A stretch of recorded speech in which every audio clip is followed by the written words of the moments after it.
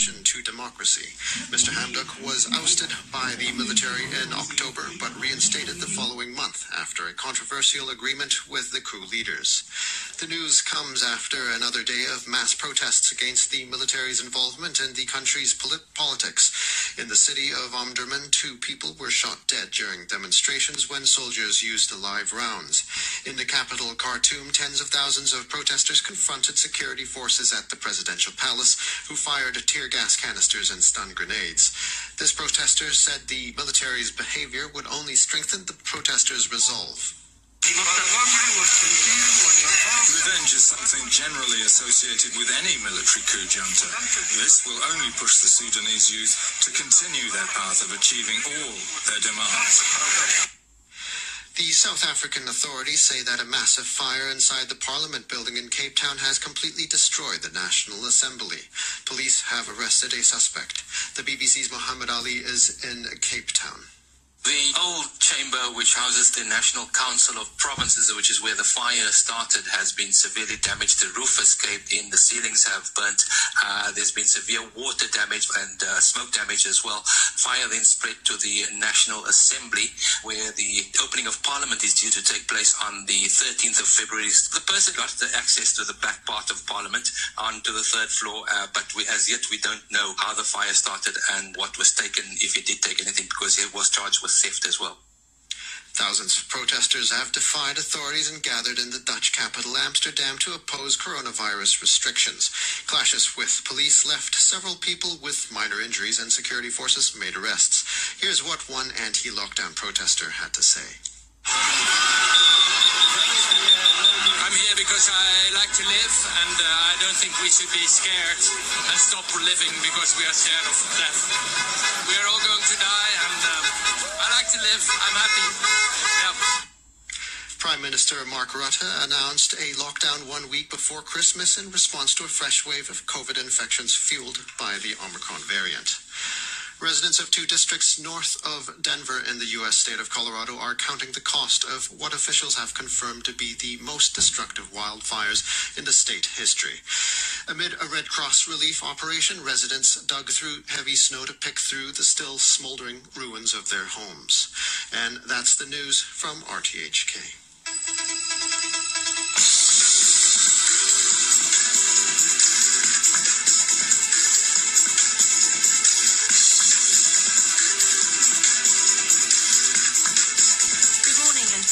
RTHK's Hong Kong Today. I'm Vicky Wong. And I'm Samantha Butler. Coming up, health authorities investigate a possible 5th case of the Omicron COVID variant linked to a restaurant in Kowloon Tong.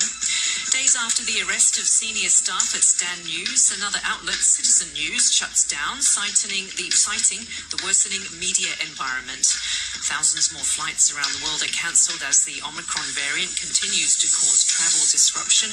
And Chelsea fight back to a 2-2 draw with Liverpool, leaving Manchester City 10 points clear in the English Premier League.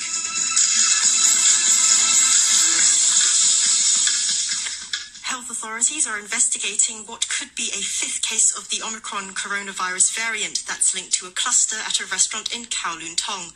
Hong Kong confirmed its first local case in around 80 days on Saturday at the Moon Palace restaurant in Festival Walk, with Cathay Pacific aircrew believed to be the source of the Omicron infection.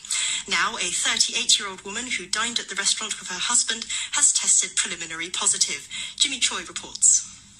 The fully vaccinated woman is the wife of a construction worker whose infection was confirmed earlier. The couple had dined together at the restaurant last Monday, sitting 10 meters away from a Cathay Pacific crew member who's confirmed with the Omicron variant and is believed to have spread the virus. She last went to work on the 15th floor of Sendo Center in Chunwan last Thursday and was sent to the Penny's Bay Quarantine Center on the same day her husband tested positive for the virus. Officials said they had sent 340 people linked to the Moon Palace cluster to a quarantine center, including 22 restaurant staff and 170 customers. Meanwhile, health authorities on Sunday reported 26 new COVID infections, of which 25 are imported, while another case was classified as one that's possibly import-related. The latest batch of patients is aged between 1 and 61, with 17 of them showing no symptoms. They flew in from India, Canada, the US, Europe, Australia, the UK, and the Philippines. Among the imported cases, a 27-year-old woman living in Kong Hill Block, Quarry Bay, had been in Hong Kong during her incubation period. She left Hong Kong on Christmas Eve for Finland and returned via the Netherlands and Thailand on New Year's Eve. She tested positive at the airport upon arrival. The case, which is possibly import-related, involves a 50-year-old woman who dined at Moon Palace last Monday. She had earlier been identified as a preliminary positive case and was confirmed to have the virus on Sunday. Jimmy Choi. Health officials are still trying to identify some of the 200 people who dined at a Kowloon Tong restaurant at the centre of an Omicron outbreak. Professor Yuen Kwok-yung, a government advisor on the pandemic, believes poor ventilation was likely to blame for the transmission of the virus there. Violet Wong reports. Health Secretary Sophia Chen says most of the diners at the Moon Palace restaurant on Monday afternoon, around the same time as a Cathay Pacific aircrew worker who ate there, have already been found. She says the eatery tracked down some of its customers who used credit cards. Professor Chen says the government does not have access to people's data on their Leave Home Safe app and called on diners who received a notification on the app to get in touch. Obviously, there are some people who have not booked table, but they walk in. So therefore, I think they are still finding those people. And there are some people that actually have come forward and called the hotline and were found. So most of the majority of these people have been found, but we obviously would like to appeal to the public, for those of you who have been and not yet been found, to come forward. She says the cafe crew member was sitting at a table close to the restaurant's entrance, and others might have caught the virus when they walked past his table. Yuen Kwok-yung, a government advisor on the pandemic, says diners should have worn their masks entering or leaving the restaurant, so poor ventilation was more likely to blame for the transmission of the virus. He told the television program that the air purifiers installed on the restaurant's ceiling might not be able to facilitate air circulation, adding that the number of air changes was fewer than the required 6 times per hour. But Professor Yuen said it is too early to say if it was a super-spreading event at the restaurant at Festival Walk, and Hong Kong can still avoid a big outbreak if all efforts are made to identify any COVID patients. He called on the authorities to step up their contact tracing abilities with the help of technology like Bluetooth, adding that privacy should take a backseat in the face of new and dangerous viruses. On the vaccine bubble scheme, the health minister said authorities will be discussing with sectors involved before the policy is implemented by Chinese New Year. People who want to go to places such as restaurants, libraries, beauty salons and gyms will need to have had at least 1 dose of COVID vaccine. Here's Professor Chen.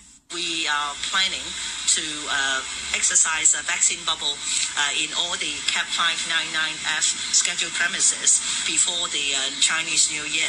As far as other places are concerned, such as those with high risk, that would be the next step and not the first step. Government advisor Ivan Hong said earlier more venues, such as wet markets, should be made off limits to those who haven't had a jab. Separately, another government pandemic advisor, David Ho, said plans to open the border with the mainland are not likely to be affected if there's no 5th COVID wave by next Sunday, 14 days after the diners were infected at Moon Palace. Violet Wong reporting there. It's now 6:39. Citizen News says it will shut down its operations on Tuesday, citing what it called a worsening media environment. Aaron Tam reports. Citizen News' decision comes days after Stan News announced its closure on Wednesday, following a police raid on its office, which saw 7 people linked to the media outlet arrested. A day after the arrests, Chief Executive Carrie Lam denied suggestions that authorities were cracking down on media critical of the government. 2 former editors of the news outlet have been charged with conspiracy to publish seditious publication.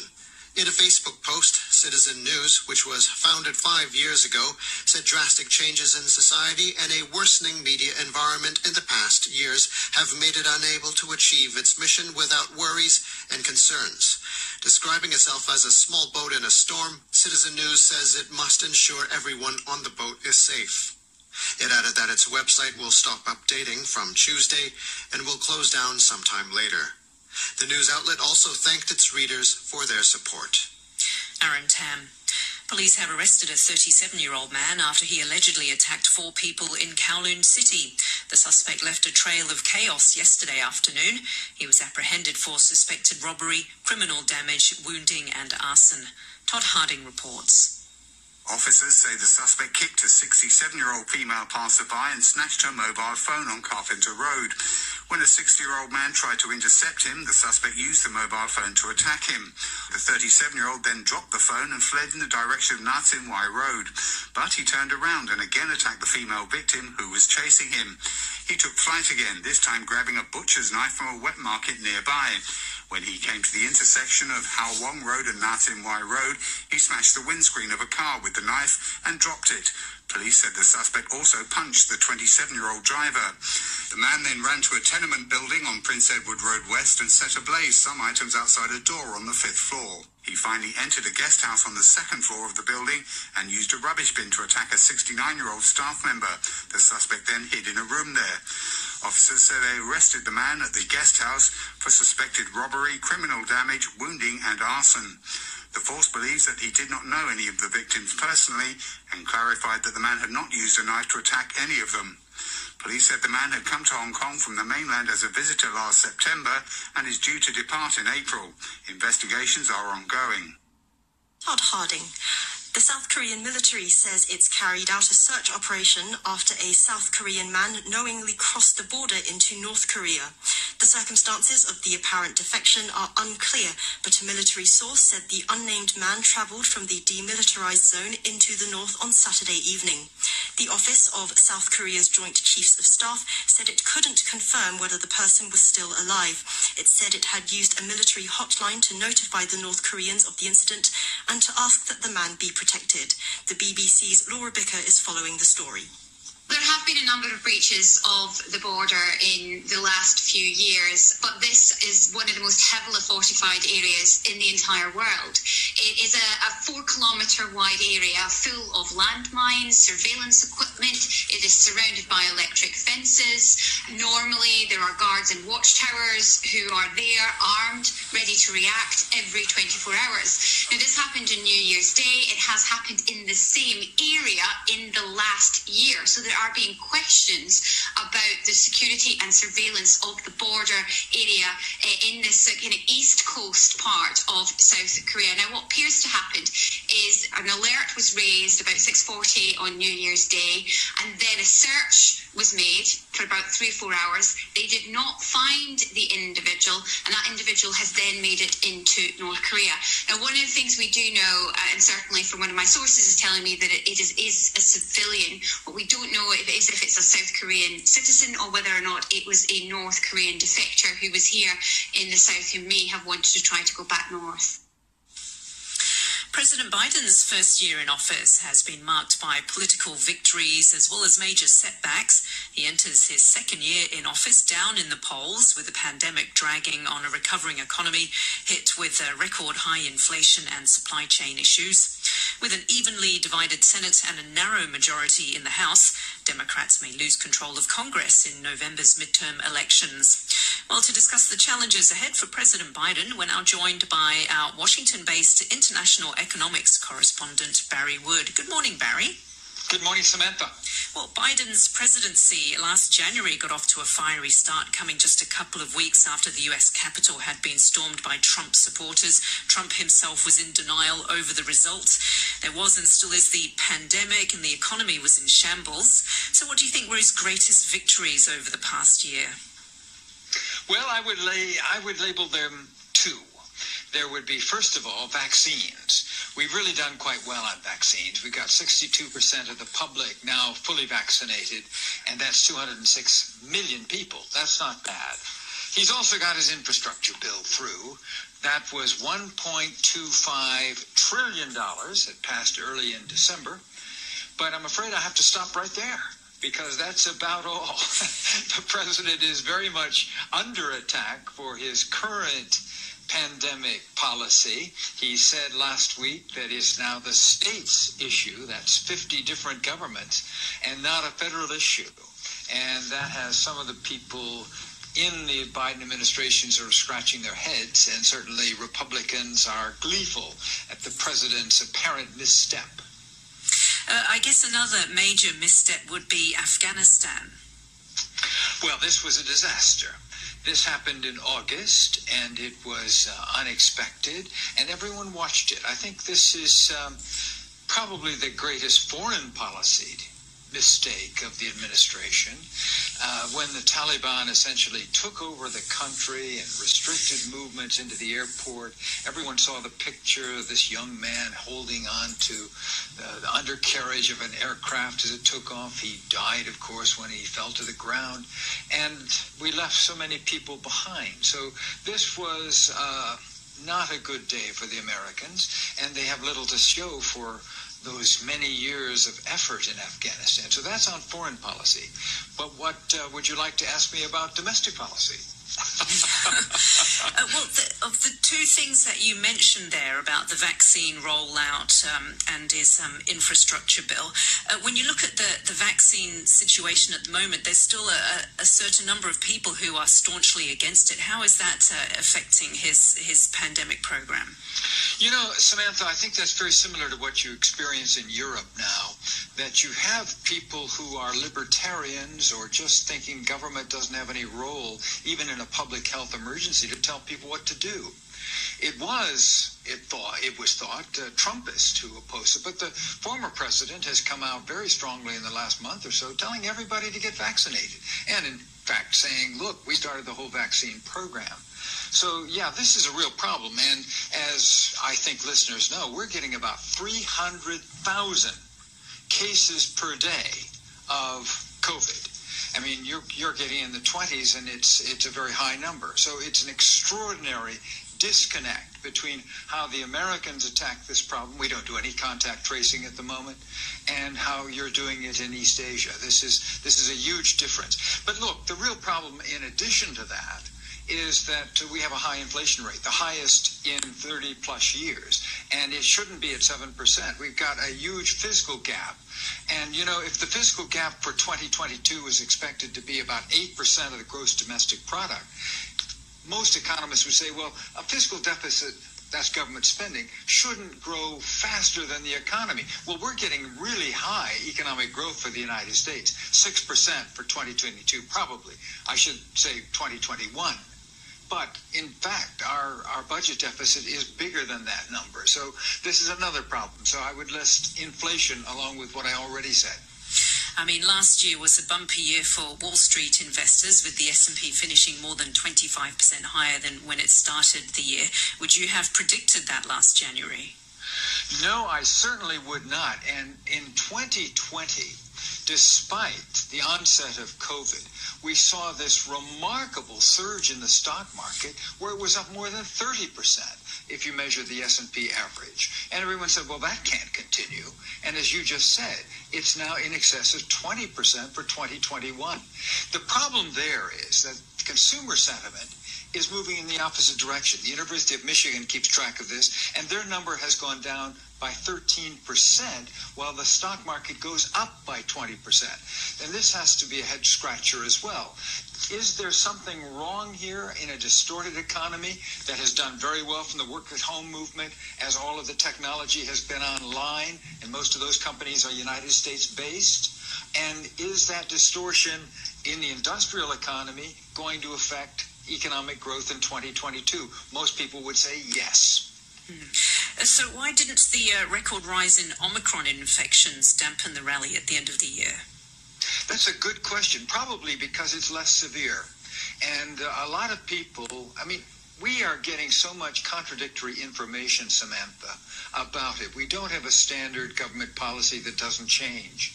So Omicron is seen to be highly infectious, of course, highly contagious, but not serious. But people are getting tested. More people are getting vaccinated. So the jury's out on that. As to your question, why has that not had more of an economic impact? I think it's the same thing. Christmas was very good here in the States, mainly because people were shopping online. And that seems to power the economy forward and certainly sends investor sentiment much higher. But I guess ongoing supply chain issues can dent consumer confidence. That doesn't seem to have been solved much, does it? No, it doesn't. And I don't think it's made any progress on the West Coast. That's where the problem is most severe. There are still dozens of ships off of Long Beach and Los Angeles. The same is true in Seattle. The same is true in Savannah on the other Atlantic coast. So we've got a real supply problem, even though we're working very hard to get it back to normal. It does not seem to affect too much of buying habits. People are finding what they need in the stores, although it's sometimes taking longer to get deliveries. Okay. This week we'll have a December jobs report and the minutes from the Fed's last meeting. What are you expecting? Well, that's interesting. I think on the jobs report we're going to get another very good number because we've got an unemployment rate of less than 4%. The problem here in the States, Samantha, is we can't get people to work. We had so much fiscal stimulus and so much money put into people's pockets. And, of course, then people have been afraid of the virus. That's number one. But on the Federal Reserve has made a switch. They're fighting inflation. And that means that we're going to expect some interest rate rises over the next few months. So the Fed minutes, I don't think that's going to be particularly important. The most important thing is now they've stopped the bond buying. It's coming to an end very quickly, and they're going to start raising interest rates. Will that have a negative impact on stock prices? Typically, yes. Okay, let's wait and see. Thanks a lot for joining us this morning. That's our US economics correspondent, Barry Wood, in Washington. Flight cancellations have continued in the US. Thousands of flights were cancelled over the New Year's weekend as a combination of COVID disruptions and wintry weather slowed travel. Data from the website FlightAware shows more than 4,731 flights were cancelled globally on Saturday, by far the largest day of cancellations since Christmas Eve. Over 2,700 of them involve flights to or from or inside the US. The problem is likely to continue into next week because it takes time for airlines to recover. Cathay Pacific earlier announced major cuts to its flight schedule after tighter quarantine rules were announced last week for air cargo crew. The latest decision is likely to put further strain on the already struggling global supply chain. And Tesla has recalled 675,000 cars in the US and China over issues with the trunk and front hood of two models, raising new questions about the safety of the electric vehicle. Chinese regulators announced a recall of almost 200,000 cars on Friday, hours after some 475,000 of the vehicles were flagged in the US. The problems with the trunk and hood increase the risk of crashes, according to US and Chinese regulators. Authorities said the repeated opening and closing of the trunk of the Model 3 can damage a cable for the rear view camera, and an issue with the latch assembly for the front hood of the Model S could cause it to open without warning and obstruct the driver's visibility. The Kenyan paleoanthropologist and conservationist Richard Leakey has died at the age of 77. He's renowned for shedding light on human evolution and preserving the welfare of wild animals. In two groundbreaking books, he explained the emergence of Homo erectus, an ancestor of Homo sapiens, or modern human beings. And as head of Kenya's wildlife conservation body, he set about confronting ivory poachers and the corruption that supported them. He managed to reduce the number of elephants killed by poachers and to destroy huge stocks of ivory. He spoke about it in 2015. The ivory that we have today, far more than I expected to find in the stores, will be destroyed. It's been stated, it's been stated to be the case by the President, supported by the Cabinet and the Government, and at the right time, the full 137 tons will be put to the torch and destroyed to ash, definitely within 12 months. That is an absolute guarantee. Absolute promise. Dr. Paula Kahombu is CEO of Wildlife Direct in Kenya, which was founded by Richard Leakey in 2006. She's been talking about her mentor. Richard was a really good friend of mine. He was somebody that I would spend a lot of time talking to about things that we really care about, like climate change or species extinctions and management of wildlife and nature, education and all these things that we worked on together. And I remember him for his courage. He was one of the most courageous people, I think, on this planet. And his wisdom.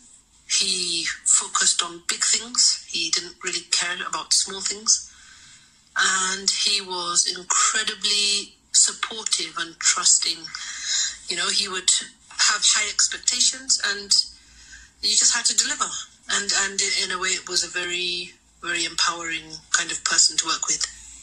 That was Dr. Paula Kahumbu. We'll have the sports right after this. Building and ground floor shop owners must display the building number allocated by the Rating and Valuation Department. It is essential for commercial activities and public services and helps people go to the right places. Numbers should be clear and displayed conspicuously, with each digit at least 4 centimeters wide and 5 centimeters high. Damaged numbers should be replaced. The maximum penalty for not displaying a building number properly is 6 months imprisonment and a $2,000 fine. Good morning, I'm Adam Jung with sports. We start in the English Premier League and one of the most exciting games of the season. Chelsea fought back from 2 goals down to earn a 2-2 draw against Liverpool at Stamford Bridge. The result did little to either side's hopes of catching Manchester City, though. City now hold a 10-point advantage at the top. The BBC's John Murray has more. The troubles were piling up for Chelsea when they were 2-0 down approaching half-time, and coach Thomas Tuchel having dropped the club's record signing Romelu Lukaku. Mane and Salah had exposed Chelsea's current weaknesses to score the goals that put COVID-hit Liverpool in control. But suddenly and thrillingly, Chelsea hit back with 2 stunning goals in 4 minutes from Kovacic and Pulisic to level it up before half-time. Perhaps inevitably the second half didn't reach the heights of the first, and that was the end of the scoring. But the 2 goalkeepers played their part in that, and the resulting draw between their closest pursuers is a result that will suit the runaway leaders Manchester City just fine. Chelsea boss Thomas Tuchel says he had to be satisfied with getting a point. There are no regrets, absolutely no regrets. It was a brilliant match of football. We started very well and were 1-0 down, then 2-0 down from big individual mistakes that get punished on this kind of level against Liverpool. Turned it around, were close to win it, but it was on the edge, of course. It could have gone either way. Brighton moved up to 8th in the table after holding off Everton 3-2 at Goodison Park. The BBC's Mas Faruqi was watching. They were 2-0 down, Everton, before they'd really got going in the first half through a poacher's effort really from Alexis McAllister and then a Dan Burn header. Dominic Calvert-Lewin, playing his first football since August, certainly looked rusty as he blasted a first-half penalty over the bar as well. But Anthony Gordon's deflected strike just after the break gave Everton belief again, which they held on to even when they then conceded Brighton's third, the best of the lot in McAllister's second of the afternoon. It was Gordon again who hit back to make it 2-3 with 15 minutes to play, and he should have had a hat-trick, but somehow poked a Salomon Rondon cross wide. Much better from Everton, but another defeat leaves them stuck in 15th and still looking worryingly at the teams below them in the Premier League. Brighton move up to 8th, Everton 2, Brighton 3 at full-time. Leeds United ended their 3-game losing streak by beating Burnley 3-1 at Ellen Road. Stuart Dallas scored the go-ahead goal for Leeds. We knew coming into this game it was huge. People talk about 6-pointers. At this stage of the season there's still a lot of football to be played, but today was huge for us. We're coming off the back of a few heavy results, a few heavy defeats, and we're delighted with that. I didn't think we started the game too well, if I'm being honest, and we finally got ourselves back into the game and got a foothold, and we dominated and got in front. And then obviously we conceded a great strike from them, a free kick, which I felt was soft. We showed great bottle then to go and continue on and press on and get the win. In the other Premier League game, Brentford came from behind to beat Aston Villa 2-1. The Spanish league leaders Real Madrid suffered a shock defeat at Getafe. Turkish international Enes Ünal scored the only goal of that game. 4th place Atletico Madrid closed the gap with a 2-0 win over Rayo Vallecano. Angel Correa scored both goals there. 3rd place Real Betis lost 2-0 at home to Celta Vigo, while Barcelona are up to 5th after a 1-0 win over Mallorca. We finish with the NFL. The Cincinnati Bengals are in the playoffs for the first time in 6 years. They clinched the AFC North by beating the Kansas City Chiefs 34-31. The Tennessee Titans beat the Miami Dolphins 34-3 to clinch the AFC South for a second straight year. That ended Miami's 7-game winning streak. The New England Patriots and the Buffalo Bills both clinched a playoff spot with a game remaining. The Patriots got past the Jaguars 50-10. The Bills got past Atlanta 29-15. And that's your look at sports. Thanks, Adam. And now for a quick look at the weather. Mainly fine. Top temperature will be around 21 degrees. Moderately fresh northeasterly winds. The temperature is 17 degrees. Humidity 83%. RTHK News. It's 7 o'clock. I'm Andrew Shirovsky. The Sudanese Prime Minister Abdullah Hamdok has announced his resignation just 6 weeks after he was reinstated in a controversial deal with the military. In a televised address, Mr. Hamdok said a new roundtable process was needed to reignite Sudan's transition to democratic civilian rule. I have done my best to spare our country falling off the cliff. Our nation is now at a serious juncture that might jeopardize its very survival if not tackled as a matter of urgency. I have not managed to bring about concord or peace. Therefore, I have decided to resign as Prime Minister, making way for someone else to lead the country through this transition period towards a democratic civil state. The news comes after another day of mass protests against the military's involvement in the country's politics. In the city of Omdurman, 2 people were shot dead during the demonstrations when soldiers used live rounds. In the capital Khartoum, tens of thousands of protesters confronted security forces at the presidential palace, who fired tear gas canisters and stun grenades. This protester said the military's behavior would only strengthen the protesters' resolve. Revenge is something generally associated with any military coup junta. This will only push the Sudanese youth to continue their path of achieving all their demands. The Kenyan paleoanthropologist and conservationist Richard Leakey, renowned for his extensive fossil discoveries that shed light on human evolution, has died at the age of 77. The son of 2 leading anthropologists, some of his most important works took place in Ethiopia, where he discovered stone tools and early human fossils.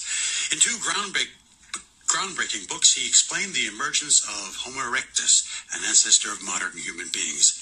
As head of Kenya's wildlife conservation body in the 60s, he set about confronting ivory poachers and the corruption that supported them, a cause he was passionate about. As long as there is a vibrant market, because some is legal and some is illegal, with the corruption that we have in many countries of this continent, with the porous borders that we have, we're going to lose the elephant. So I believe we must fight hard. Richard Leakey was also the head of the Kenyan Civil Service until 2001. South Korea says a person has crossed its heavily fortified border into North Korea, despite attempts to stop the individual.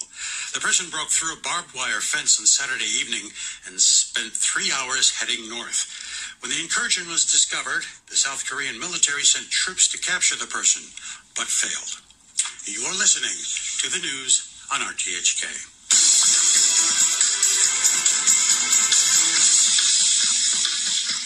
To Andrew Shirovsky in our newsroom. This is Hong Kong Today with Vicky Wong and me, Samantha Butler. Coming up in the next half hour, did a possible 5th wave of COVID infections dent festive takings for restaurants and bars? We'll shortly be talking to the chairman of the Lan Kwai Fong Group, Alan Zeman, for more on that. Israel says it could be the first to achieve herd immunity against COVID as it starts to roll out a 4th round of booster shots. And a man is arrested in Cape Town after a fire rips through the South African parliament. Had they not responded in the 6 minutes, I think we would be talking about the National Assembly being in ashes, complete ashes. But first, the Secretary for Health, Sophia Chan, says Hong Kong is on the verge of the 5th wave of COVID infections, as the Omicron variant is now in the community. She said she was worried about a cluster linked to the Moon Palace restaurant at Festival Walk in Kowloon Tong, where a Cathay aircrew worker is understood to have spread the variant to at least 3 diners. The cases on Saturday were the first local ones in more than 80 days. Ms. Chan said most people present had now been found and sent to quarantine. Obviously, there are some people who have not booked table, but they walk in. So therefore, I think they are still finding those people. And there are some people that actually have come forward and called the hotline and were found. So there are most of the majority of these people have been found. But we obviously would like to appeal to the public, for those of you who have been and not yet been found, to come forward. Professor Chan also said authorities would be talking to businesses about implementing an expanded vaccine bubble that will come into force by the Lunar New Year. Anyone wanting to go to a restaurant, library, beauty salon or gym will need to have had at least one COVID vaccine dose. Professor Chan was also asked whether the jab requirement would be expanded to include venues such as parks and wet markets. We are planning to exercise a vaccine bubble in all the Cap 599F scheduled premises before the Chinese New Year. As far as other places are concerned, such as those with high risk, that would be the next step and not the first step. The Secretary for Labour and Welfare, Law Chi-kwong, says Hong Kong needs more quarantine hotels for foreign domestic helpers after the government took back the use of Penny's Bay Quarantine Centre for other arrivals. But Mr. Law acknowledged that finding other hotels wouldn't happen in the short term. Natalie Ching reports. The Secretary for Labour and Welfare said Hong Kong's quota for foreign domestic helpers needs to be increased. But Law Chi-kwong also stressed the need to tackle a shortage of hotel quarantine space. In his blog, he explained that 1,138 rooms provided by the Regala Sky City Hotel from this month will be used to isolate foreign domestic helpers coming to Hong Kong, after the government decided to reserve the Penny's Bay Quarantine Centre for other arrivals. Mr. Law said that means the number of helpers arriving here won't go up sharply in the near term. He said the government is in talks with more hotels over helpers quarantine and hopes to make an announcement soon. The Labour Minister pointed out that the number of helpers in Hong Kong has dropped from its peak of more than 400,000 2 years ago to 350,000, and some locals have had to quit their jobs to take care of family members, which in turn affected the labour market and various industries. Mr. Law said if the situation continues, it could affect Hong Kong's economic recovery. Natalie Ching. People are returning to work this morning, some probably with a sore head after the New Year celebrations over the weekend.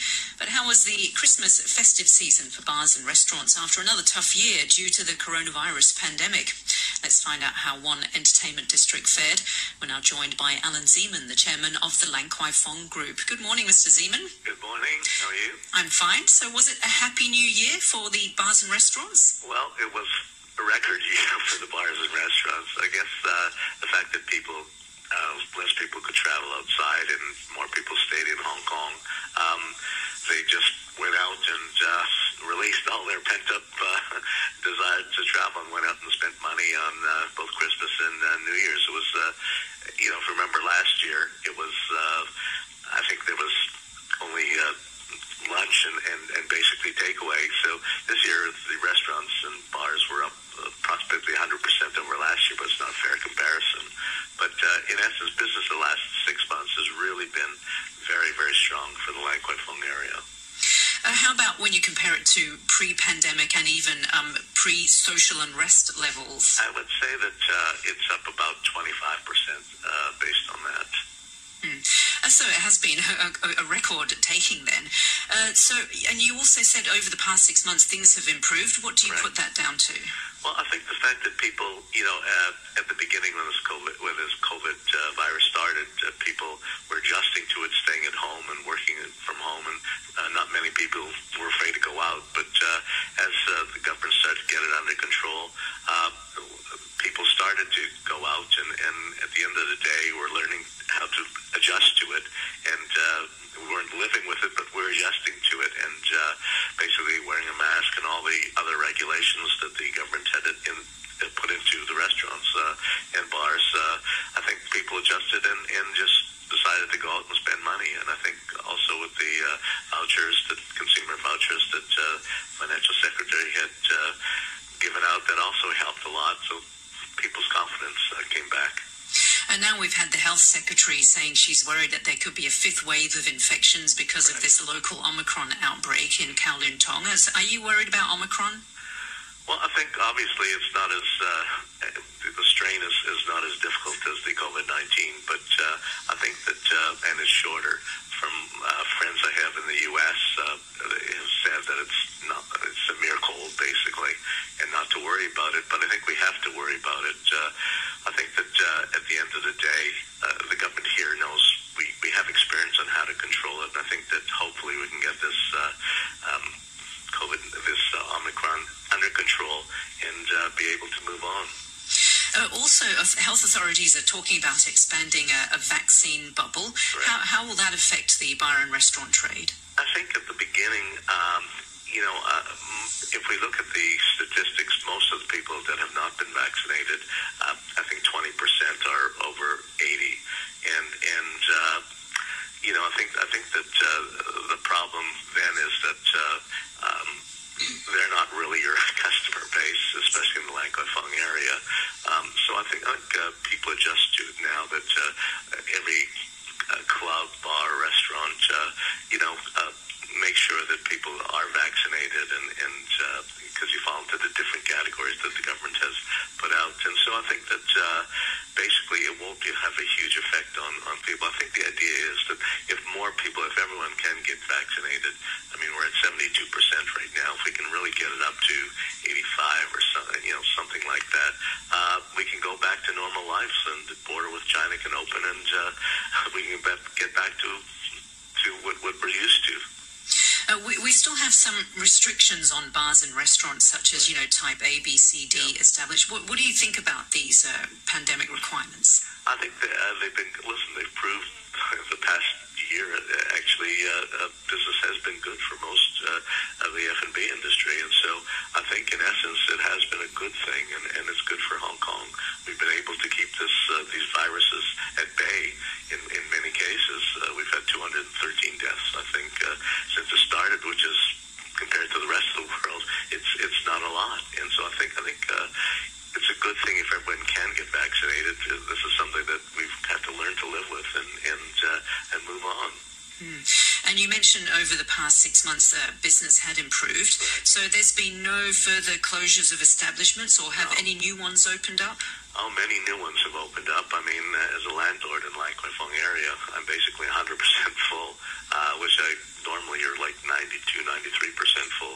But basically, we're 100% full right now, and there's a waiting list for people who want to open up new businesses. So for whatever reason, I guess because people are not traveling, all the money is getting spent here. Well, that does sound like a happy new year. Thanks. Not bad. Thanks a lot for joining us this morning. That's Alan Seaman, the chairman of the Lan Kwai Fong Group. It's now 12 minutes past 7. Police have joined forces with the University of Hong Kong to develop software designed to combat email scams.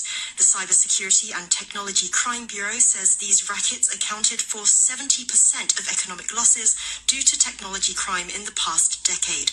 Natalie Ching reports. Police say most email scams are actually quite simple. Fraudsters convince executives that they are genuine business partners who need to close out financial transactions. But these mistakes can be costly. A single scam can cost companies over $100 million. Here's Cybersecurity Bureau Chief Inspector Cheng Wai-ho. Most of the victims will come across some of the phishing emails or the framing of the fake emails with the change of characters like O with the 0, or the little capital L with the 1. And in some scenarios, if there is an S in an email, they will give them more S. For example, like if it's Selena, it would have 2 S to deceive the victims of receiving the emails. He said it's particularly difficult for busy staff to spot them, especially when swindlers pretend to be a partner company's CEO or other senior staff, insisting treasurers or accountants meet payment demands by transferring money to their bank accounts. The police say the software they've co-developed, Vanguard, effectively screens emails. Users first have to create a clean list containing the emails of their genuine partners, and incoming emails not on the list would be highlighted with a red warning. Officers say staff could then verify that these are genuine emails by calling up the senders. As you can imagine, if your email system is compromised or under attack, the other way to make confirmation is through another channel. The most convenient way we can think of is the phone confirmation. If staff put messages from a suspicious email address into a junk mail folder, the software shifts all future email from that address straight to junk mail, with an orange warning attached. The chairman of the Small and Medium Enterprises Committee of the Hong Kong General Chamber of Commerce, Yuen Kwok-yung, welcomes the software, as 70% of losses for email scams are suffered by SMEs. Any damage, even it is a nominal or it is not that huge amount, will cause serious impact on the SME in Hong Kong. I think at least I'm sure that there will become a risk of closing down, in particular in this economic situation. The Chamber will also ask its members to consider using the new software after its launch on Monday next week. It will also be available for free download for any interested parties. However, Vanguard only works on Linux email systems for now. Researchers say they are hoping to expand the software to work on other systems as well. Natalie Ching. Israel was the first country to roll out vaccinations against COVID-19, and with cases of Omicron spreading throughout the country, the Director General of the Health Ministry has suggested Israel could be the first country to achieve herd immunity against the coronavirus within the next 3 weeks. Prime Minister Naftali Bennett has confirmed that everyone over 60 and all medical staff can have a fourth vaccine dose. Professor Nadav Davidovich is director of the Public Health School at Ben Gurion University and a scientific advisor to the Israeli government. You know, these are unprecedented times. We don't have, the option to wait maybe too long. And we know that the vaccine is very safe. We know that Omicron is here. We see that there is a waning immunity represented both in the laboratory and the epidemiological evidence. So in a state of emergency, things are very unclear when it's quite safe and you don't know for sure what will be the utility. Still, probably cannot take the risk. And I think that it's prudent enough to start with immunocompromised people and elderly care homes. And of course, not by compulsion, but people that are interested, and continue to do the surveillance and share the data. These are not regular times, and we cannot have the privilege to wait for more information because this will take several weeks and it will be already too late. The best way to get to herd immunity is with vaccination. I don't think that people should get the message that it's better to have natural infection because it has its own risks, long COVID, and of course, even if vaccinated, you can maybe sometimes be severely ill. I wish that having this Omicron may be a way of getting to herd immunity, but probably it's not something that we can be sure about. So we need to continue with our plan, vaccinations, other ways such masks and preventing maybe large gatherings. We don't need to forget that vaccinations and other measures are not working against the emotional aspects, social, economic. So we need to have a healthy policy approach and engage with all the different governments. A large fire has severely damaged the Houses of Parliament in the South African city of Cape Town. Video footage showed a plume of black smoke filling the sky with huge flames coming from the roof of the building. Officials say the National Assembly has been completely burned down, but the firefighters have managed to save other parts of the complex. Patricia de Lille is Minister for Public Works and Infrastructure. This is a very sad day for our democracy because Parliament is the home of our democracy and Parliament is also a strategic key point. And I must say that we have the situation under control for now. We will be continuing with the investigation as to the cause of the fire. The South African President Cyril Ramaphosa praised the firefighters for their efforts in tackling the fire. He said one person had been arrested and charged over the blaze. It does seem like the sprinkler system did not work as it was supposed to, but their appearance and their coming here has saved a very important national asset of our government. I believe somebody is being held right now and they are being questioned, but we need to go a lot deeper into how this type of event can take place. The parliamentary spokesman, Moloto Motapo, was asked if the location of the parliament would have to be changed. Those are some of the arrangements that we are busy with together with the City of Cape Town, as well as the provincial government that have come up with some proposals if we need an alternative venue to have meetings or for the office space. However, thankfully this fire comes after 2 years of the pandemic where we have learned new ways of working, and we will ensure that there is as minimum effect as possible on the business of the institution. The BBC's Mohammed Ali is in Cape Town. The old chamber, which houses the National Council of Provinces, which is where the fire started, has been severely damaged. The roof escaped in, the ceilings have burnt. There's been severe water damage and smoke damage as well. Fire then spread to the National Assembly, where the opening of Parliament is due to take place on the 13th of February.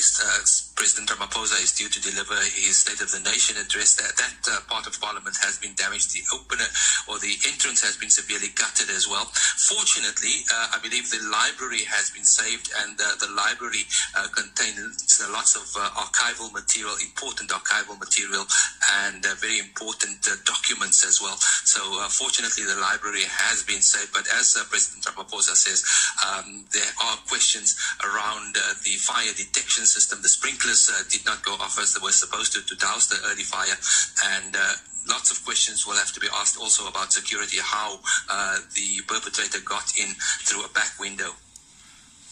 Just a quick look at some business headlines. Spider-Man No Way Home has again dominated in North American theaters with an estimated $52.7 million weekend take, while topping the $600 million mark domestically in its third week out.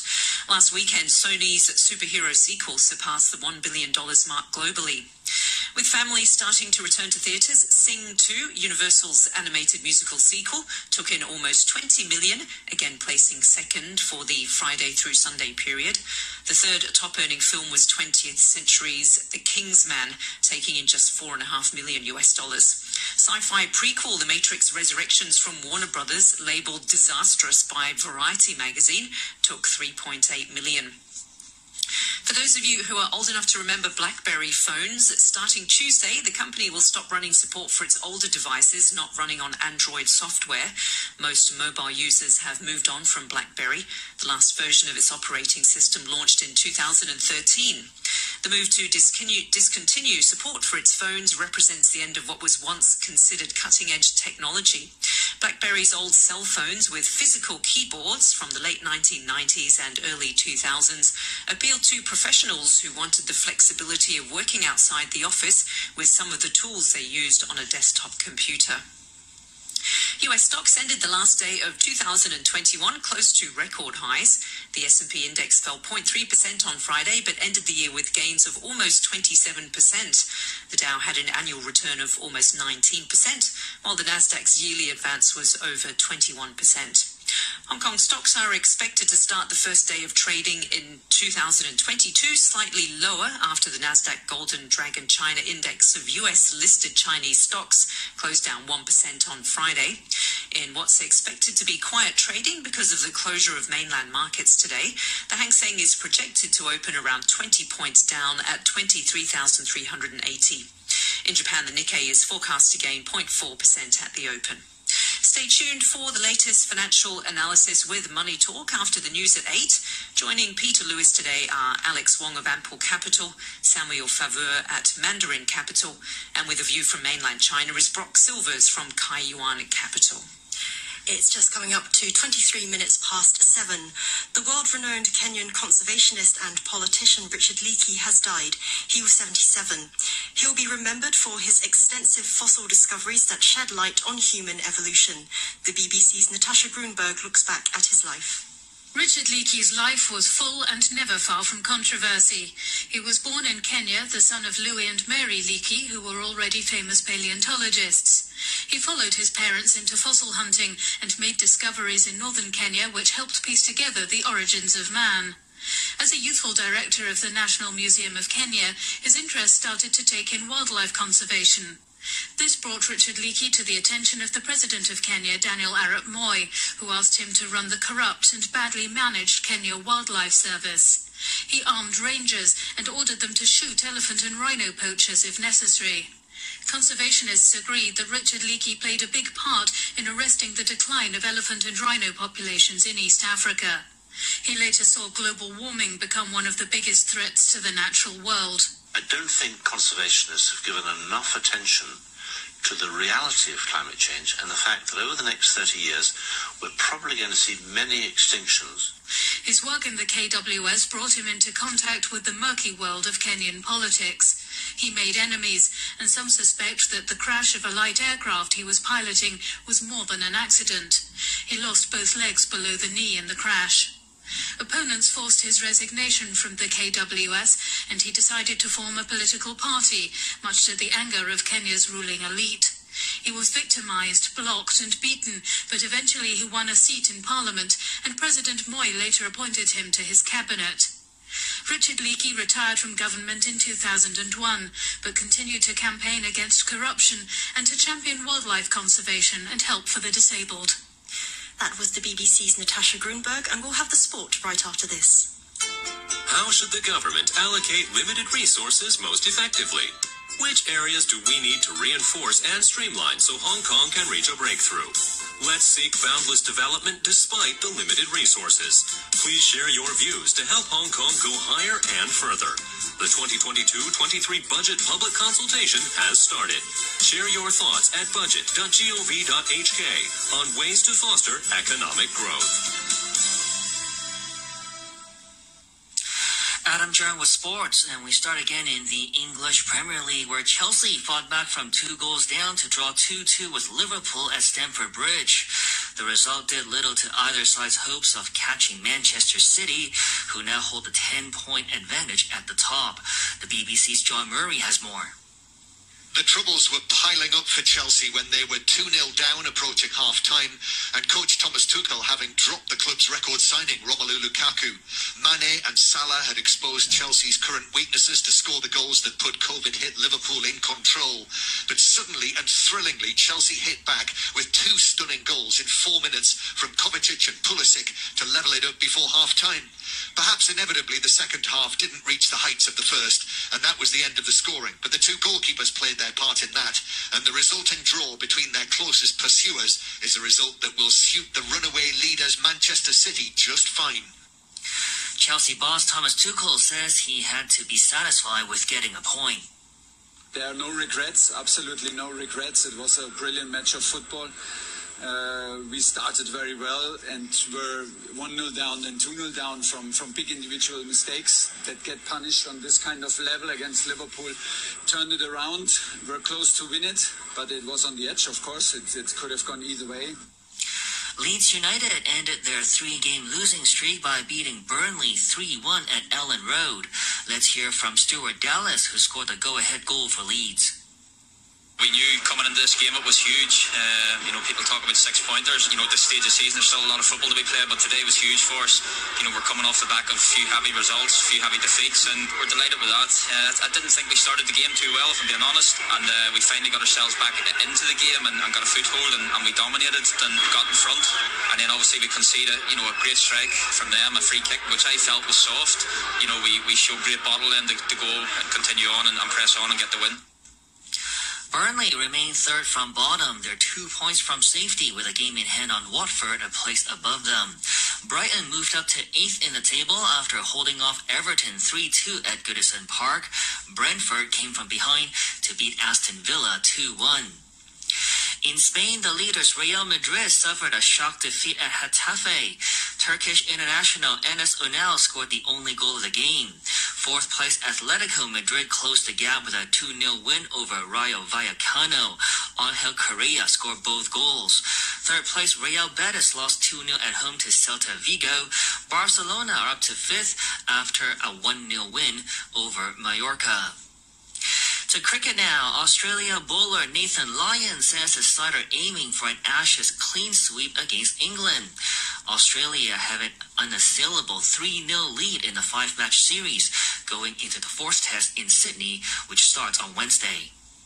They went home last time here in 2017-18 with the 0 next to them as well. That was 4-0, but I'm pretty keen to win 5-0. There's no doubt about that. It's a pretty interesting question, to be honest with you, because I've never gone into a test series thinking I'm going to lose a test match or lose the series. So every test match I go out to play, we're going out to the win. It doesn't matter who we're playing or what we're doing. So no doubt our big focus is here at the SCG to go 4-0 up, then we'll move on to our focus to Hobart, which is going to be a big challenge down there.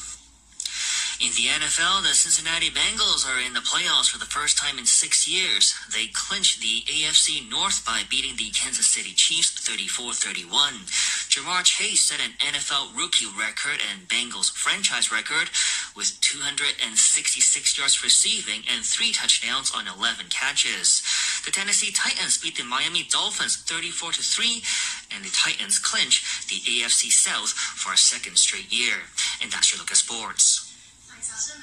A quick look at the weather, mainly fine. The maximum temperature will be around 21 degrees, moderate to fresh easterly winds.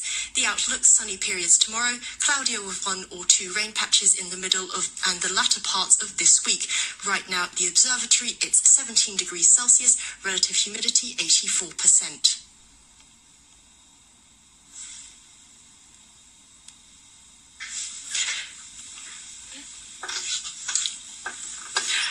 It's now 7:30, and from the newsroom, here's Andrew Sharofsky. South Korea says a person has crossed its heavily fortified border into North Korea despite attempts to stop the individual. The person who broke through the barbed wire fence on Saturday evening spent 3 hours heading north. When the incursion was discovered, the South Korean military sent troops to capture the person but failed. It's not clear whether the escapee was a South Korean citizen or North Korean defector attempting to return home. The Sudanese Prime Minister Abdallah Hamdok has announced his resignation just 6 weeks after he was reinstated in a controversial deal with the military. In a televised address, Mr. Hamdok said a new roundtable process was needed to reignite Sudan's transition to democratic civilian rule. I have done my best to spare our country falling off the cliff. Our nation is now at a serious juncture that might jeopardize its very survival if not tackled as a matter of urgency. I have not managed to bring about concord or peace. Therefore, I have decided to resign as Prime Minister, making way for someone else to lead the country through this transition period towards a democratic civil state. The news comes after another day of mass protests against the military's involvement in the country's politics. In the city of Omdurman, 2 people were shot dead during the demonstrations when soldiers used live rounds. In the capital Khartoum, tens of thousands of protesters confronted security forces at the presidential palace, who fired tear gas canisters and stun grenades. This protester said the military's behavior would only strengthen the protesters' resolve. Revenge is something generally associated with any military coup junta. This will only push the Sudanese youth to continue their path of achieving all their demands. The Omicron variant is also continuing to cause travel disruption around the world. The tracking website FlightAware.com estimates that almost 4,000 flights have been canceled worldwide on Sunday, more than half of them entering or departing the United States. The highly transmissible variant has caused pilots and crew to isolate, forcing airlines to cancel flights. Meanwhile, France has now put the U.S. on the travel red list, meaning that unvaccinated people coming into the country will have to quarantine for 10 days. Residents of 2 districts north of Denver in the U.S. state of Colorado are counting the cost of what officials have confirmed to be the most destructive wildfires in state history. Amid a Red Cross relief operation, residents dug through heavy snow to pick through the still smoldering ruins of their homes. At least 3 people are missing. That's the news from RTHK.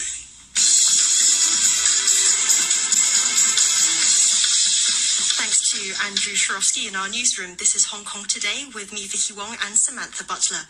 Still to come in the final half hour, we'll talk to one of the 90 newly elected lawmakers to be sworn in at a ceremony today. Macau's gaming revenue climbs 43%, but is still down sharply from pre-pandemic figures. We'll talk to gaming research analyst for more on that.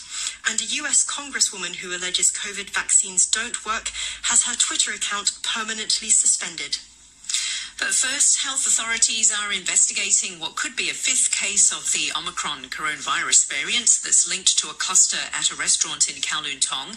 Hong Kong confirmed its first local case in around 80 days on Saturday at the Moon Palace restaurant in Festival Walk, with a Cathay Pacific aircrew believed to be the source of the Omicron infection. Now, a 38-year-old woman who dined at the restaurant with her husband has tested preliminary positive. Jimmy Choi reports. The fully vaccinated woman is the wife of a construction worker whose infection was confirmed earlier. The couple had dined together at the restaurant last Monday, sitting 10 meters away from a Cathay Pacific crew member who's confirmed with the Omicron variant and is believed to have spread the virus. She last went to work on the 15th floor of Sendo Center in Chunwan last Thursday and was sent to the Penny's Bay Quarantine Center on the same day her husband tested positive for the virus. Officials said they had sent 340 people linked to the Moon Palace cluster to a quarantine center, including 22 restaurant staff and 170 customers. Meanwhile, health authorities on Sunday reported 26 new COVID infections, of which 25 are imported, while another case was classified as one that's possibly import-related. The latest batch of patients is aged between 1 and 61, with 17 of them showing no symptoms. They flew in from India, Canada, the US, Europe, Australia, the UK, and the Philippines. Among the imported cases, a 27-year-old woman living in Kong Hill Block, Quarry Bay, had been in Hong Kong during her incubation period. She left Hong Kong on Christmas Eve for Finland and returned via the Netherlands and Thailand on New Year's Eve. She tested positive at the airport upon arrival. The case, which is possibly import-related, involves a 50-year-old woman who dined at Moon Palace last Monday. She had earlier been identified as a preliminary positive case and was confirmed to have the virus on Sunday. Jimmy Choi, it's now 7:35 a.m.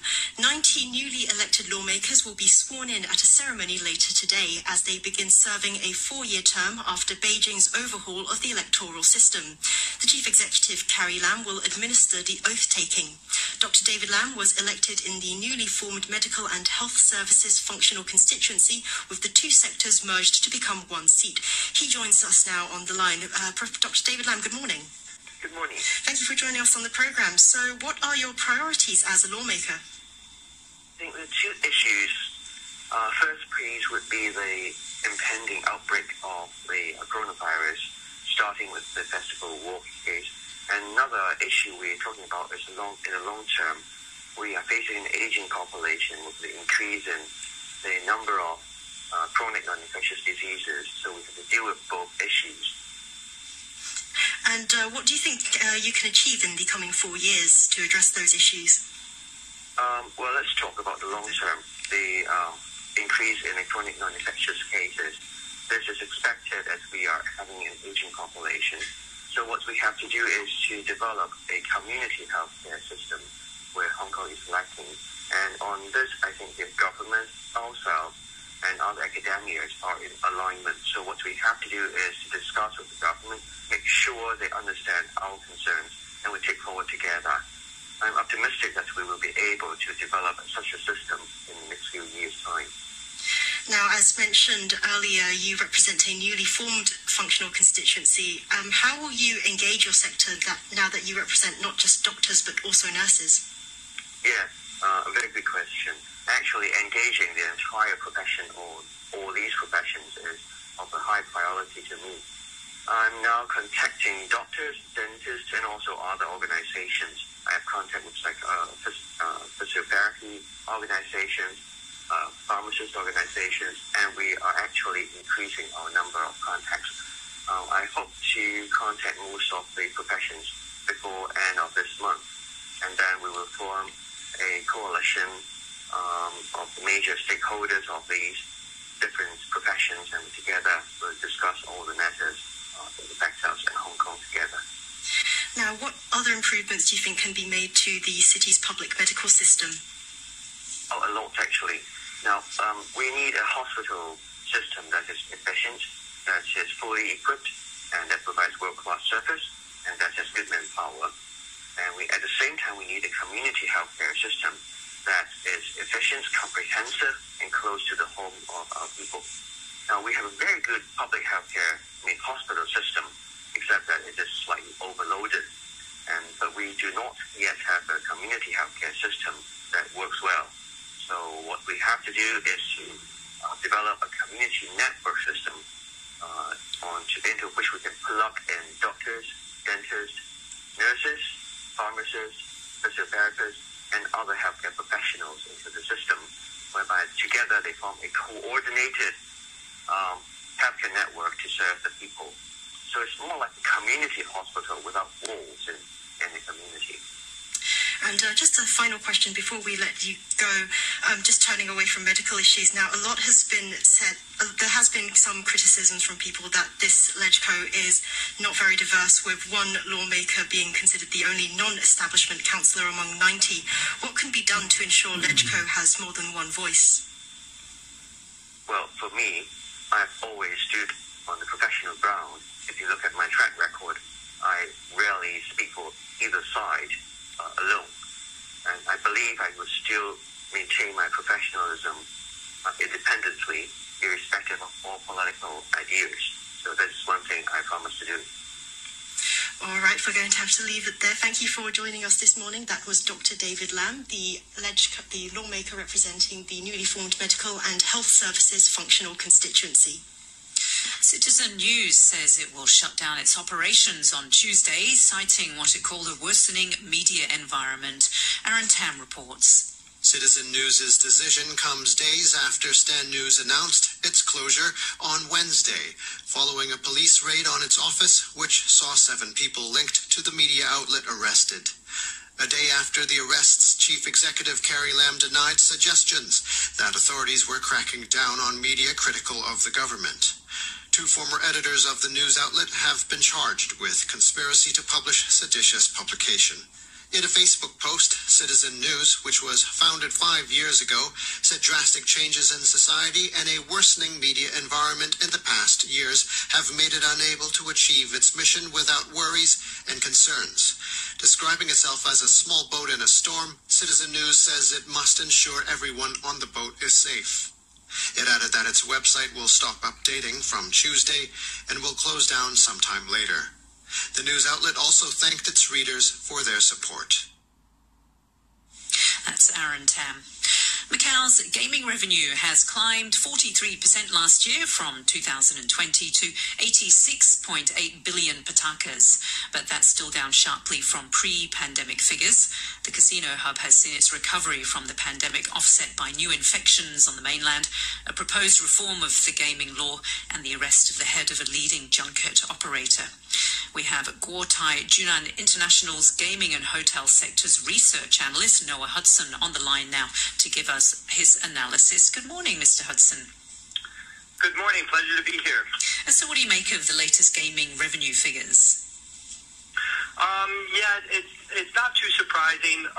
I think one of the main important things is that kind of threw everyone off, most people off, is that starting the beginning of this, well, not this year, in 2021, there was a steady, very slow but somewhat steady recovery for the gaming sector. So the gross gaming revenue was steadily increasing year on year. And then against many people's expectations globally, as the number of COVID vaccine injections uptake increased, we actually saw more COVID outbreaks being reported. And especially in mainland China last year in 2021, especially starting around July, August, and again in October, there were more reported imported cases of COVID-19. And so the various local governments throughout China reacted up till now, and what they're also projecting what they'll continue to do is what they call the dynamic zero tolerance policy. So all over China, especially since July last year, you had pockets of outbreaks popping up, and then very strict travel restrictions, which also affected travel to Macau, affected consumer sentiment to Macau. So people, I think, a lot more worried about going to Macau because just doing that, you might end up in, stuck in a quarantine. So with the December figures in particular, Macau's gross gaming revenue, we saw that actually on a sequential basis, Macau's gross gaming revenue decreased 22.8% in the second half of 2021 compared to the first half of 2021. So this steady growth that we saw at the beginning of 2021, is that mainly down to mainland visitors? Yes, exactly, because basically that's all you have coming into Hong Kong right now. Coming into Macau, because travel to Macau is closed off to the entire world except for mainland China, or at least there's strict restrictions. So if you're coming in from Hong Kong, for example, to Macau, you have to go into quarantine for quite some time.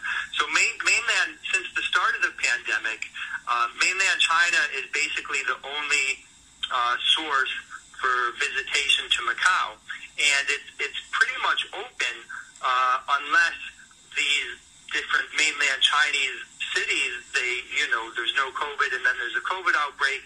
Then they get upgraded from a low-risk city or area to medium risk, and so then immediately there's more travel restrictions going to Macau, or not even allowed into Macau at all. So what's your outlook for the sector in the coming months?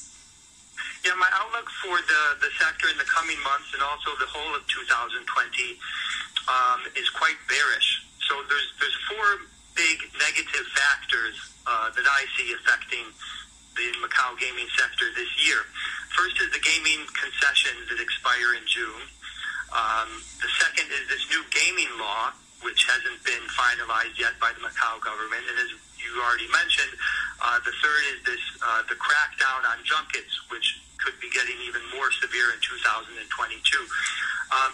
But the fourth factor is the biggest factor, and this is the most important thing for the Macau recovery, is the pandemic, the scamdemic, the government's response to the COVID pandemic. And I've since the past year plus, since the start of the pandemic, I've probably been the most bearish analyst, at least that I'm aware of, with my outlook. And I'm more bearish now. I think gross gaming revenue for Macau will actually decrease this year. And there's two ways, really, I think, that we need to look at the pandemic, the reported pandemic. One is the actual pandemic. And this is globally, so it's not so much what happens in China, right? So many people have the view that with the increase of the COVID vaccines, that the pandemic will get better. Well, actually, it's been the opposite in 2021. Higher vaccination rates in the pandemic globally was worse last year. And a lot of people have the mistaken view that these, and I'm talking about the Western, the AstraZeneca, the Johnson & Johnson, the Moderna, these are the mRNA vaccines. A lot of people have the mistaken view that these are going to help prevent the spread of the pandemic and the spread of the disease.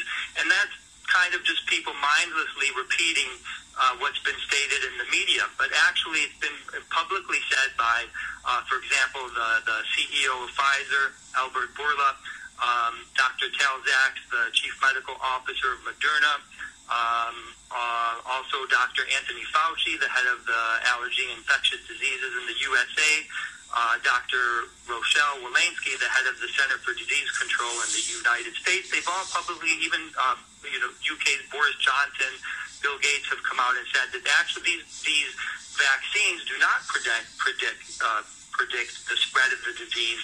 There was a study in October 29th last year from Imperial College of London and the UK Health Secretary, and it showed that actually people who have these so-called vaccines are just as easily to transmit COVID, and because they have very high viral loads. So it's totally a false narrative that this increase in the vaccines is going to help reduce the reported pandemic. And another thing we see what's going on in reality. So, for example, this Omicron, everybody now is talking about Omicron, how serious is it? Well, if you look at it, especially where it started in South Africa, it's little more worrisome than a regular cold or a fever. And so that begs the question, why are the Western governments having this very extreme reaction? We saw in the UK, the US, Israel, a lot of these governments making very draconian travel restrictions based on something that's basically no more harmful than the common cold or a virus. So I think it would be on the one hand, people are thinking, okay, that COVID it seems to be becoming endemic. It's not so serious. But the problem, I think, is with the Western governments is it seems there's an alternative agenda where they're trying to use the COVID story as an excuse to put in totalitarian controls, including these vaccine mandates. And so what this means for Macau gaming is that the Western governments in 2022 will increase this pressure, these travel restrictions, that will result in more imported cases into China. So it doesn't matter how well China does in controlling the COVID cases with its zero response policy, because it'll still be a victim of these imported cases. So the number of COVID cases in China this year, I think, will be even worse year, and so there'll be even more travel restrictions, more local outbreaks in China this year, and that means less visitation to Macau and less gross gaming revenue to Macau this year. So I think for 2022, gross gaming revenue could decrease by 5 to 10% compared with last year, and especially in this first quarter. Yes, Hong Kong and Macau have both been trying to negotiate reopening the borders with the mainland. You seem quite negative about the outlook with the pandemic. When do you think that we could have a border reopening with the mainland?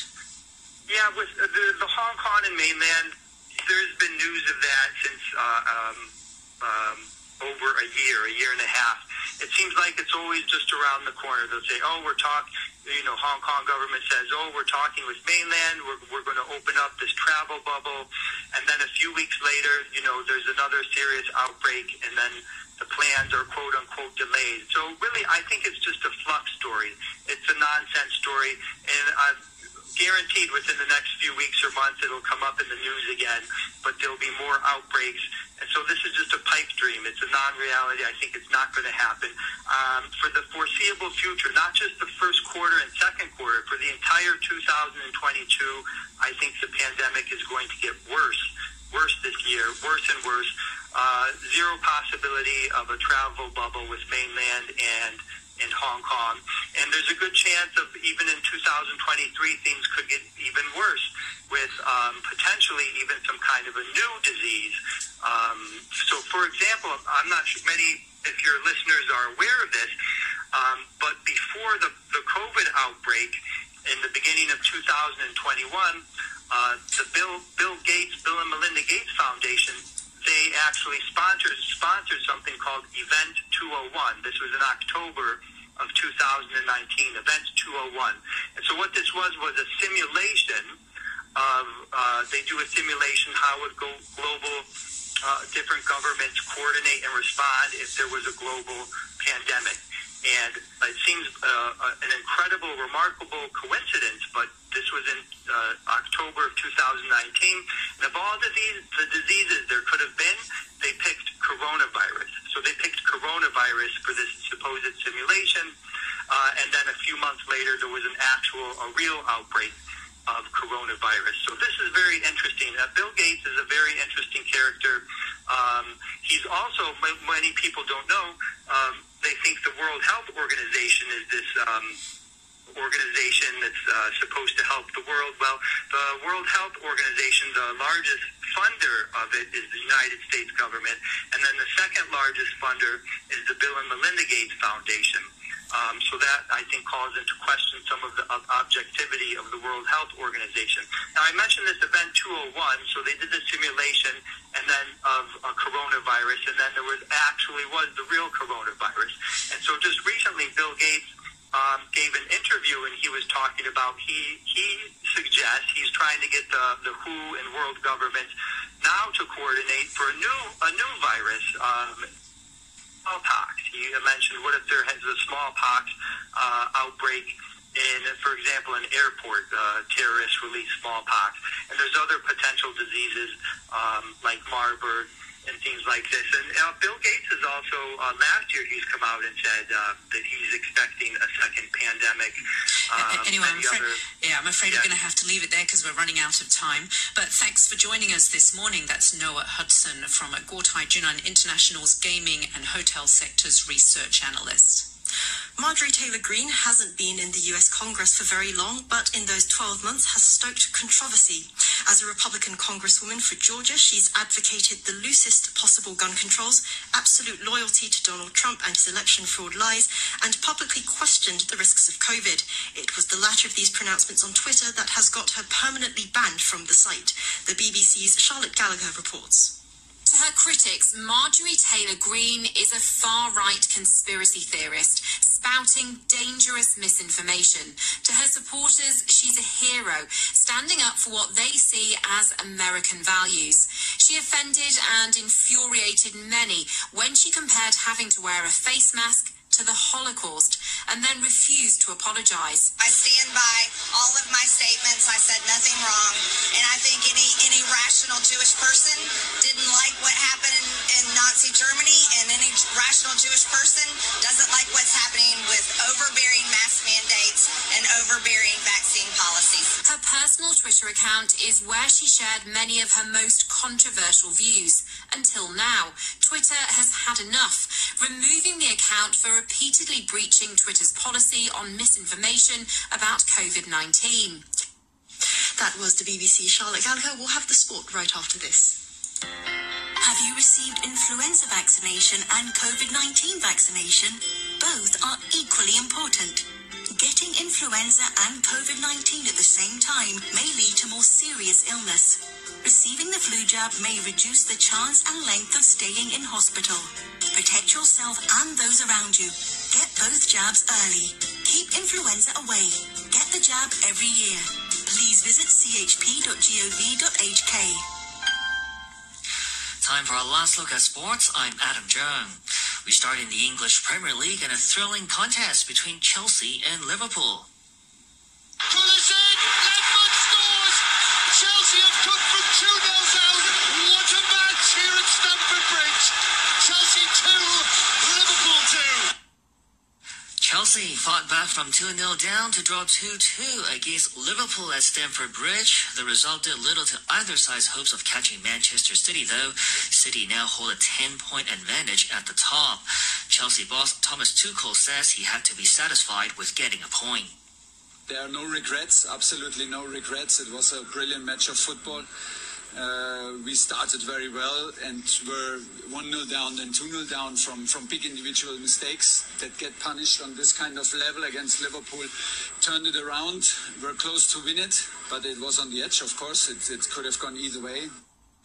Elsewhere in the Premier League, Leeds United ended their 3-game losing streak by beating Burnley 3-1 at Ellen Road. Stuart Dallas scored the go-ahead goal for Leeds.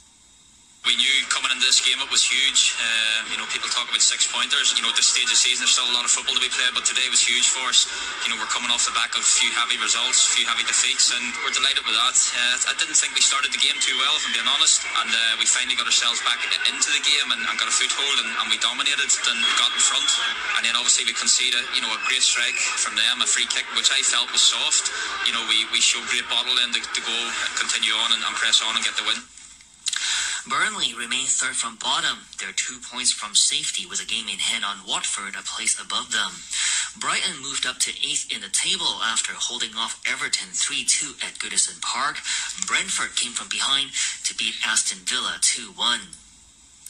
In Spain, the leaders Real Madrid suffered a shock defeat at Getafe. Turkish international Enes Ünal scored the only goal of the game. Fourth place Atletico Madrid closed the gap with a 2-0 win over Rayo Vallecano. Angel Correa scored both goals for Atletico. Third place Real Betis lost 2-0 at home to Celta Vigo. Barcelona are up to 5th after a 1-0 win over Mallorca. In France, Lionel Messi is one of 4 Paris Saint-Germain players to test positive for COVID-19 ahead of tonight's French Cup tie against third-tier Vannes. The 4 players are now set to be isolating. On to cricket now. Australia bowler Nathan Lyon says his side are aiming for an Ashes clean sweep against England. Australia have an unassailable 3-0 lead in the 5-match series, going into the 4th test in Sydney, which starts on Wednesday. They went home last time here in 2017-18 with the 0 next to them as well. That was 4-0, but I'm pretty keen to win 5-0. There's no doubt about that. It's a pretty interesting question, to be honest with you, because I've never gone into a test series thinking I'm going to lose a test match or lose a series. So every test match I go out to play, we're going out to win, and it doesn't matter who we're playing or what we're doing. So no doubt our big focus is here at the SCG to go 4-0 up, then we'll move on to our focus to Hobart, which is going to be a big challenge down there.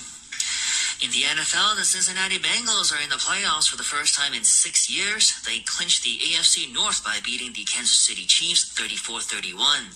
Jamar Chase set an NFL rookie record with 266 yards receiving and 3 touchdowns on 11 catches. The Tennessee Titans beat the Miami Dolphins 34-3 to clinch the AFC South for a second straight year. The New England Patriots and the Buffalo Bills both clinched a playoff spot with a game remaining. Mac Jones threw 3 touchdown passes as the Patriots blew past the Jacksonville Jaguars 50-10. The Bills got past the Atlanta Falcons 29-15. And that's your look at sports. Thanks, Adam. And now for a quick look at the weather. Mainly fine. The maximum temperature will be around 21 degrees. Moderate to fresh easterly winds. The outlook, sunny periods. Tomorrow, cloudy with 1 or 2 rain patches in the middle and latter parts of the week. The temperature is 17 degrees. Humidity 82%. The mainland and Hong Kong are connected. We all do our best with what we have to achieve a bright future together.